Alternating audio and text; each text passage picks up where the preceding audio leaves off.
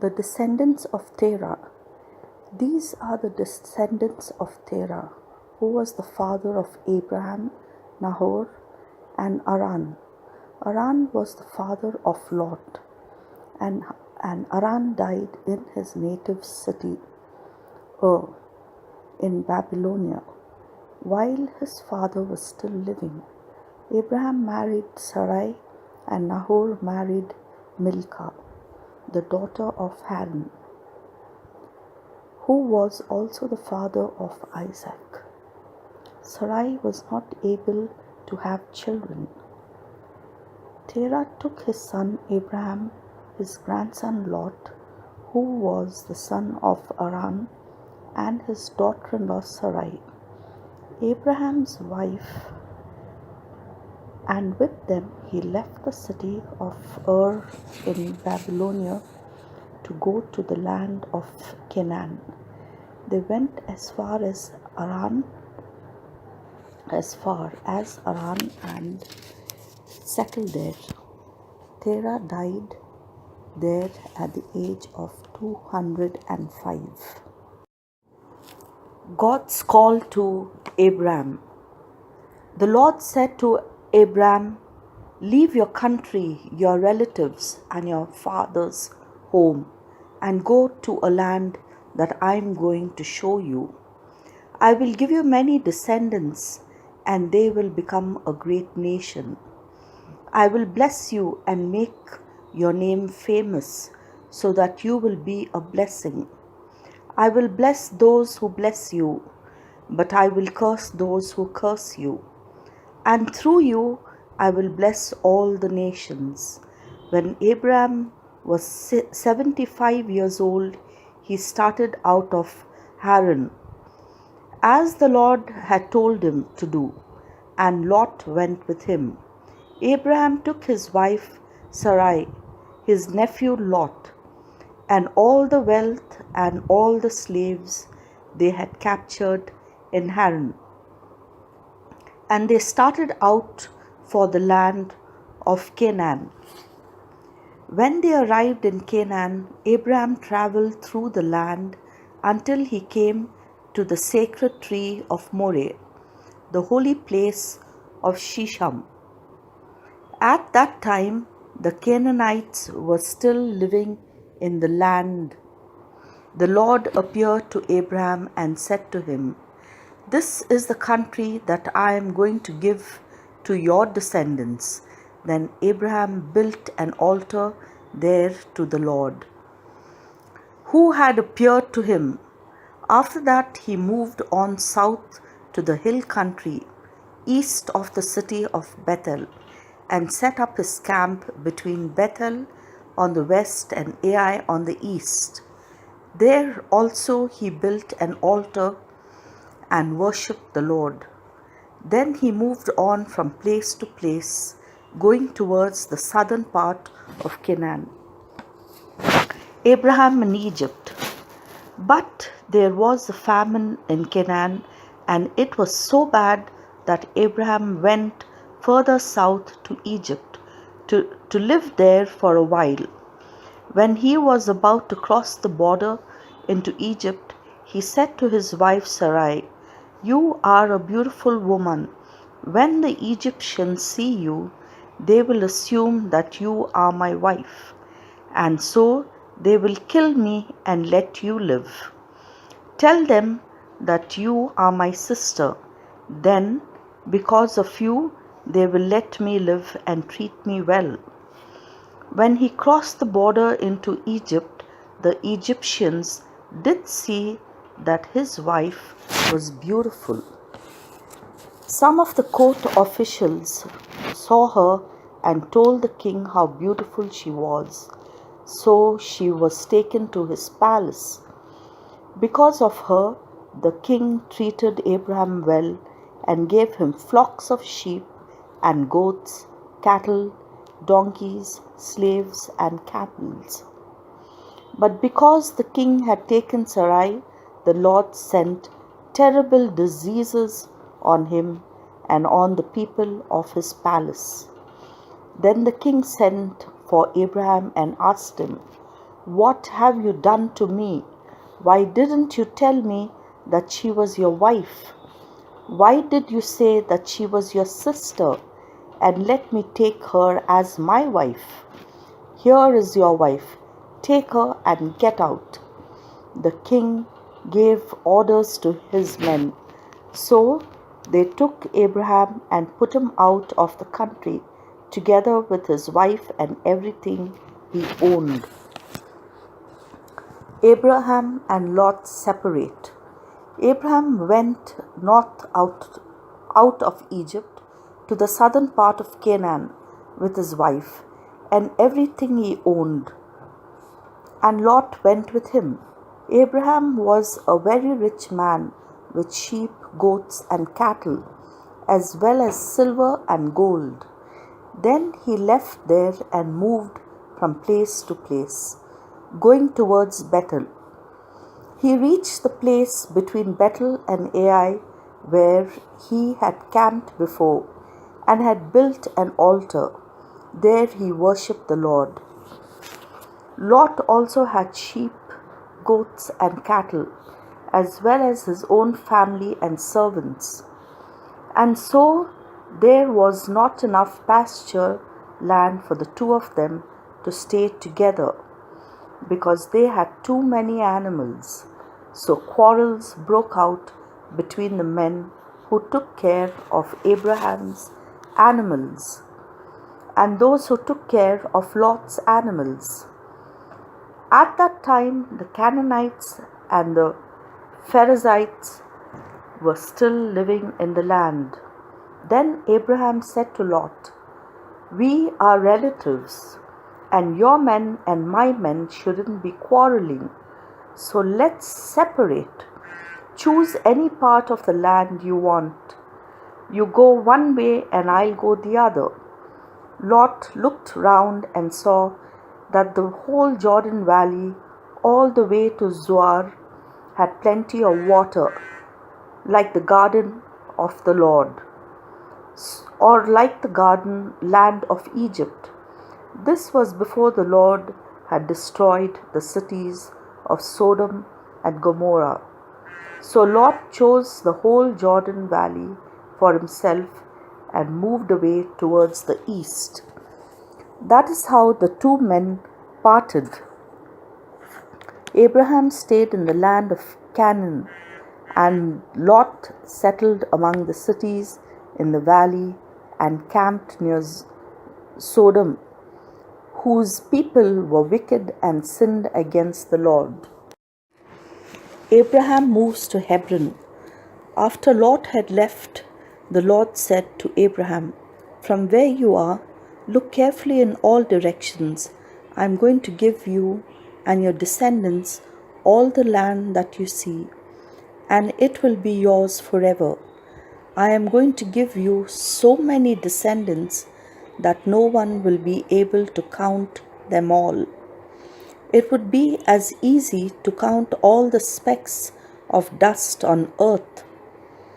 Now go and look over the whole land, because I am going to give it all to you." So Abraham moved his camp and settled near the sacred trees of Mamre at Hebron, and there he built an altar to the Lord. Abraham rescues Lot. 4 kings, Amraphel of Babylonia, Arioch of Elsa, Kedorlaomer of Elam, and Tidal of Goyim, went to war against 5 other kings: Bera of Sodom, Bersha of Gomorrah, Shinab of Admah, Sheamber of Zion, and the king of Bela or Zoar. These 5 kings had formed an alliance and joined forces in the valley of Siddim, which is now the Dead Sea. They had been under the control of Kedorlaomer for 12 years, but in the 13th year they rebelled against him. In the 14th year, Kedorlaomer and his allies came with their armies and defeated the Rephaim in Ashtoreth, Canaim, the Zuzim in Ham, the Ammon in the plain of Kiriathaim, and the Horites in the mountains of Edom, pursuing them as far as the Alpharan on the edge of the desert. Then they turned round and came back to Kadesh, then known as En-Mishpat. They conquered all the land of the Amalekites and defeated the Amorites who lived in Hazazon Tamar. Then the kings of Sodom, Gomorrah, Admah, Zeboim, and Bela drew up their armies for the battle in the valley of Siddim and fought against the kings of Elam, Gihom, Babylonia, and Elsa. 5 kings against 4. The valley was full of tar pits.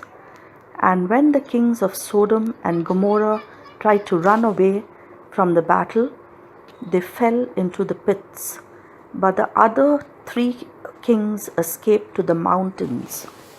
The 4 kings took everything in Sodom and Gomorrah, including the food, and went away.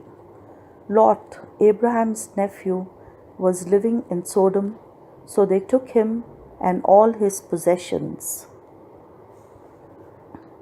But a man escaped and reported this to Abraham. The Hebrew who was living near the sacred tree belonging to Mamre the Amorite. Mamre and his brothers Eshcol and Aner were Abraham's allies.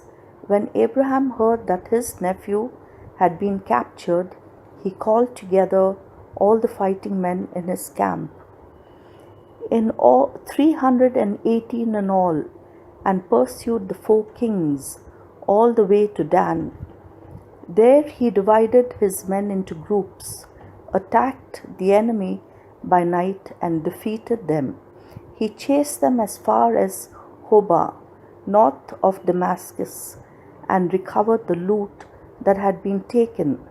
He also brought back his nephew Lot and his possessions, together with the women and the other prisoners. Melchizedek blesses Abraham. When Abraham came back from his victory over Kedorlaomer and the other kings, the king of Sodom went out to meet him in the valley of Shaphat, also called the King's Valley. And Melchizedek, who the king of Salem, and also a priest of the Most High God, brought bread and wine to Abraham, blessed him, and said, "May the Most High God, who made heaven and earth, bless Abraham. May the Most High God, who gave you victory over your enemies, be praised."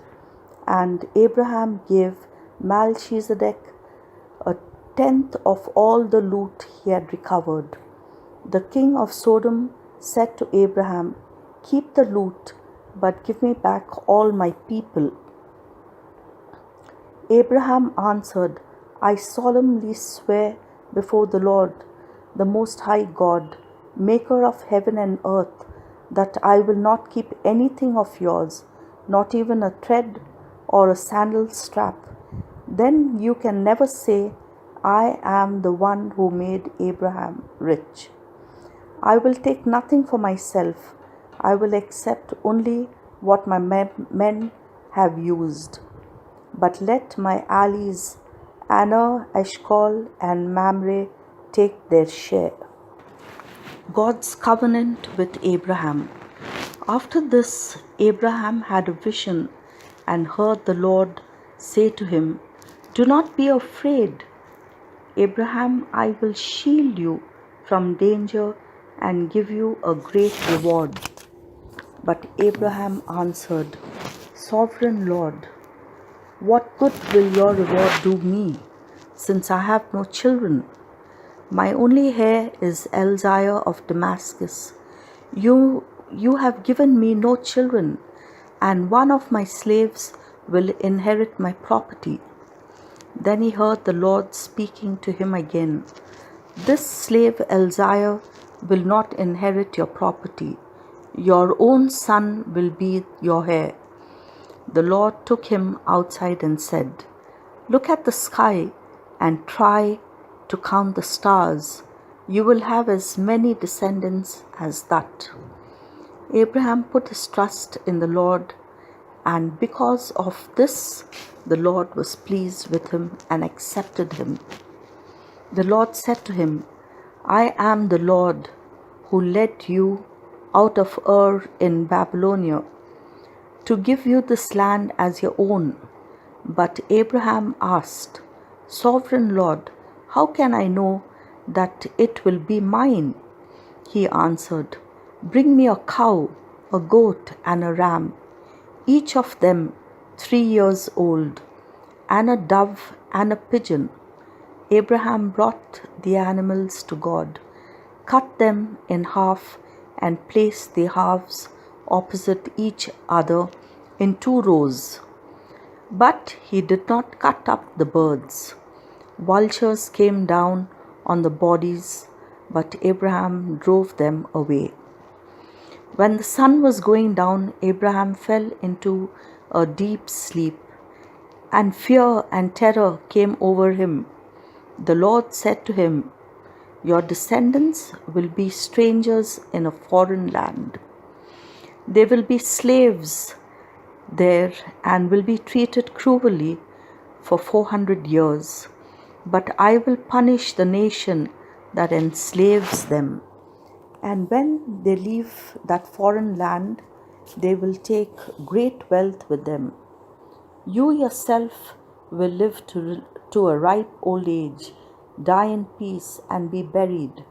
It will be 4 generations before your descendants come back here, because I will not drive out the Amorites until they become so wicked that they must be punished." When the sun had set and it was dark, a smoking fire pot and a flaming torch suddenly appeared and passed between the pieces of the animals. Then and there the Lord made a covenant with Abraham. He said, "I promise to give your descendants all this land, from the border of Egypt to the river of Euphrates, including the lands of the Kenites, the Canaanites, the Cadmonites, the Hittites, the Perizzites, and Rephaim, the Amorites and the Canaanites, the Girgashites and the Jebusites,